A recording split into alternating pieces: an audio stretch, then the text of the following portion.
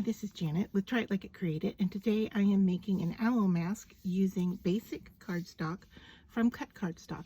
And I have all my pieces cut out here that I have cut on a Cricut Maker. And so I just want to show you, once you have your pieces cut, now you're using 4 different colors, and you could choose whatever colors you want. This is kind of how it goes together. So you're going to put the curvature piece under the eyes and then the nose on top of that. All right, then the brow sits underneath that, so you're going to put that in and line it up along the edge of the eye, as well as cover up any of the gray out towards the ends where it if you attach it. Otherwise, you know, you could do some dimension here with it. And then the last piece are the temple pieces that they also go into the eye section here. So basically you just want to line everything up first to see what you have and where it goes and how you like that it goes together. And then from there you can decide you know, how you're going to put your piece together. I have this one, it looks like a little bit off here. There we go. And so that means that this has to come down. So it is kind of puzzle-like in that you're going to look to see how all the pieces go together. Maybe these green ones go on first instead of what I said. And then your arched brow lines up with it. Your circular pieces then line up with the green, okay, but the point of the yellow has to come out and go over your beak piece. So take that off again if you're using it to line up, and then you can see that it sits right in the center of the beak. Okay, the beak shape is kind of a Christmas bulb shape, isn't it? So if you wanted to just put the mask together like so, it works like this. You can then attach your string on the back and it's ready to wear. What I'm going to do though is I'm going to give it some dimension. I am going to do some ink blending or brushing around the edges to give it some dimension, and then I am also going to go in and kind of curve some of these shapes so that my mask has dimension. I'm not going to wear it, it's going to be a piece that hangs on the wall. So I'll be back to show you what that looks like.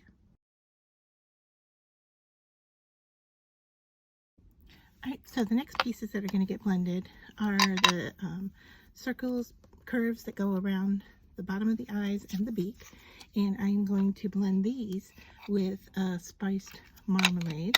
And once again, I'm just going to go around the edges, and I think that the beak is going to get a little bit more blend than the under eye pieces. So let me start with that. Let's see how that looks.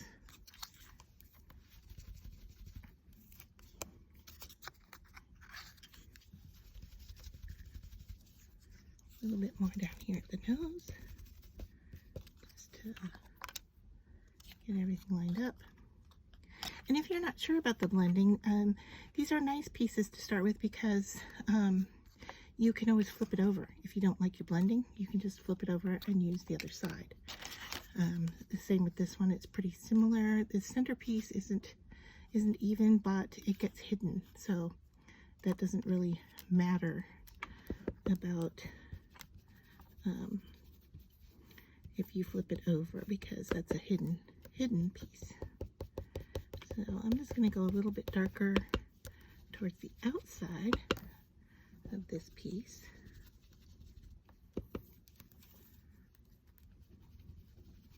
And a little at the bottom of the edge here. And then our last piece are what's going to be my green pieces, but they don't necessarily have to be green for you. All right, so I'm going to set that aside and clean up, and then I'll be right back. So finally, I am going to blend onto the two kind of eye points that come out from the eyes, and they're green on my project, and I'm going to do a frayed burlap blend on them. And once again, I'm going into the bottom, similar to the yellow pieces, and just giving it a little blend at the bottom edge. You can see this is a kind of a brown green color. So yeah, I think I like that, and that should be it. I'm working on my glass mat, and I know that gives you reflections, but it is really nice to be able to ink blend on and then clean it up with water. So I'm just using a dry baby wipe. That's what I have here, just a squirt of water, and I can easily then go in and clean up between each layer. So I'm going to take my DIY blending tool here, and I have flipped over the piece, and I am just going to go into the center areas here. And if you need something even larger to kind of get this to curl, what I'm trying to do is get this to bend like so down the center, and then maybe, I don't know if I want them to curve up or not on the end. Now anything round that is quite large will work for this. So if your ball tool isn't quite big enough to help with this, then definitely grab something else that might work for you. And if your paper you're using is definitely strong, I think this one is coming close to that, you can of course spray it with water if you want, and then go ahead and place it back on to see if you like your results. Okay, I do like what's happening there, but I might want these ends to curve up, so let's just do that and see what that looks like. Yeah, I think I am good with that. This guy might need just a little bit more of a curve. Okay, and with the mask I'm not going to do much, but I know that there's a few here that I am not gluing anything to, and so I can make them curve up just a little bit too if I want. Just by going into them a little bit. Alright, so those are curving forward. Maybe this next one will curve back a little bit. And this just gives some added dimension to your piece. And you could do this if you're going to wear it, or if it's just going to be decorative. Alright, now these guys, I'm going to flip them over. Same thing, I'm just going to go down the middle, get them to curve a little bit. Maybe go around a little bit here towards the fatter part.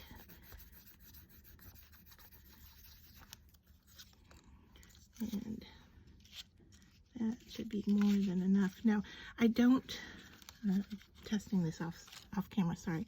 I don't want to do too much, because if I curve it too much, you can see that it's no longer going to fit or cover up the areas that it was supposed to. So now this has a curve to it that you can see that if I put it to the outside of this point, it doesn't fully reach into the eye, whereas if it were completely flat, it would reach closer. So just be aware that if you're curving and changing shapes of things, that you're definitely going to be altering its placement as well, depending on how much you curve it. You know, this is a beak, so this is the piece that's going to get the most curve to it.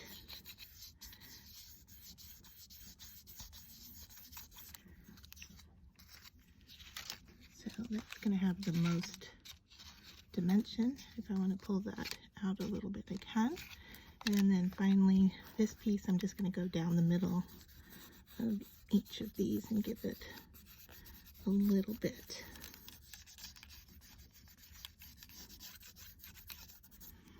All right, so quite curved.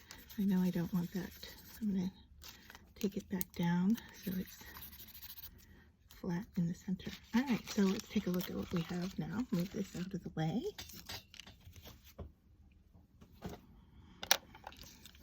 So a little bit of a puzzle piece again. Now I know that is going to be rather flat and glued down here in the center, and I can actually even just use my magnet here to kind of hold it in place for me while I work on getting everything else here in place. So we know that's going to go over the top, and this is going to tuck underneath that yellow piece.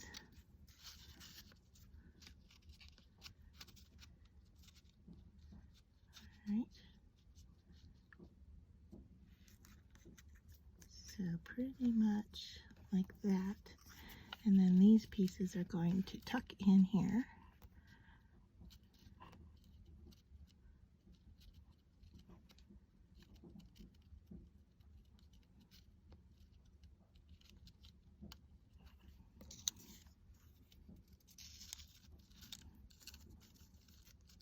And if I want, I could choose that these green pieces actually could, you know, go elsewhere. I mean, I can curve them up and give extra points out here, or place them in between. It really, you know, I could leave them off. I can place these off to the center. However you want. You can see that it's going to change the look of what I have. But I think those are what I'm going to find in placing first, and then we'll go with the rest and see how it goes. Now this piece here, I'm going to want it to glue down pretty flat here. So I think the greens are going to be my first piece, and then this curvy orange one is going to be my second piece to glue down. So let me move these other ones out of the way, and I'll bring in the glue. So I'm just going to glue along the point and along this edge, and I think that's going to be it for this pointed piece, and it's going to attach right along there, and then I'm going to let this kind of fall where it does. All right, and I'm going to do the same with the other side.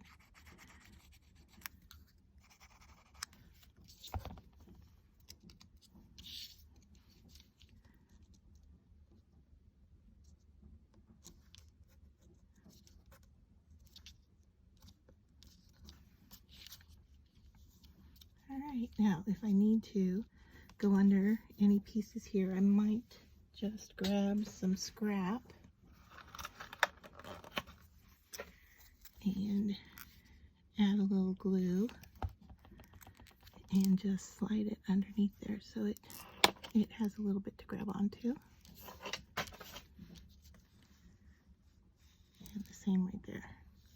Alright. Alright, sorry, I had to pause there because I dropped something. I wanted to grab it before I forgot that I had knocked it off my table. Alright, so then this piece is the one I said that I want it to glue down pretty flat, so I can be generous with the glue on this piece.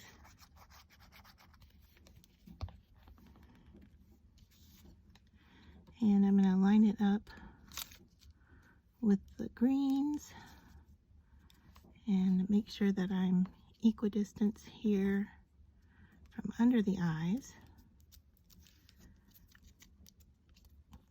Just wanted to touch. The nice thing about using wet glue is I do have a little bit of time to work the piece before it is permanent, stuck where it's going to be. All right, and then let's look here. Okay, so this is going to come over. How is this going to work? I'm going to put it, let's see, do I want it this low? I think I want it up higher, like so.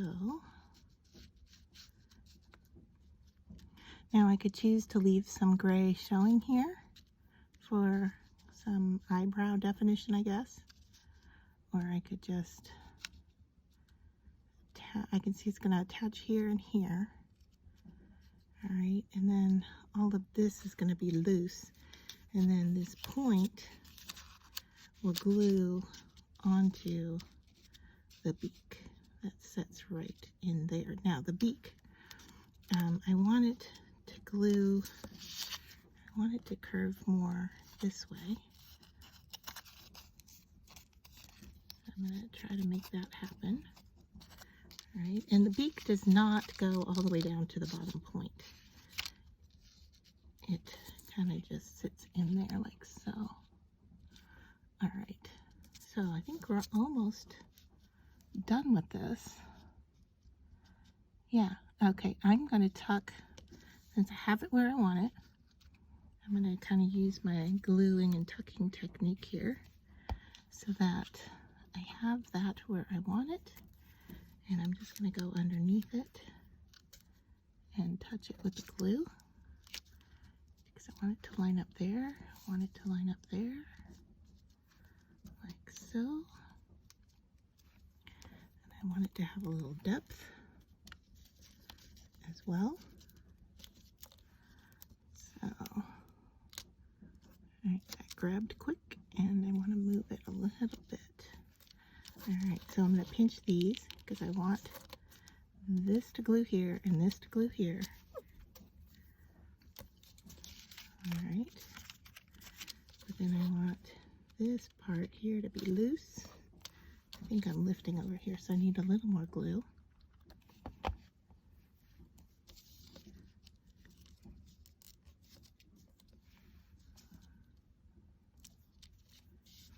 Alright.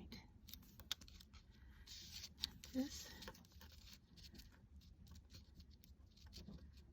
is going to go right in there. But once again, I want it to really curve up like a beak.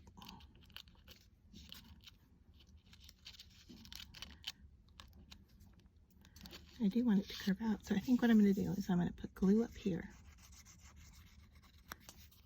so that it holds down.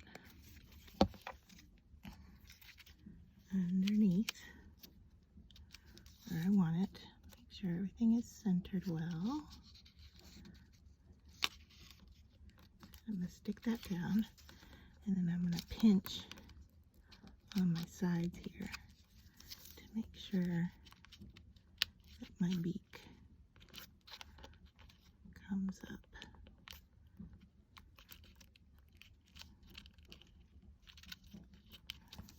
Alright, like that.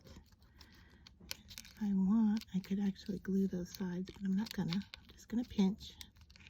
Let that be like that. And then this, I'm gonna go underneath this little point here. And maybe even bring it up just a little bit right there. Okay, make sure I'm lined up in the center. Okay. And then once again, I'm going to pinch from the sides here.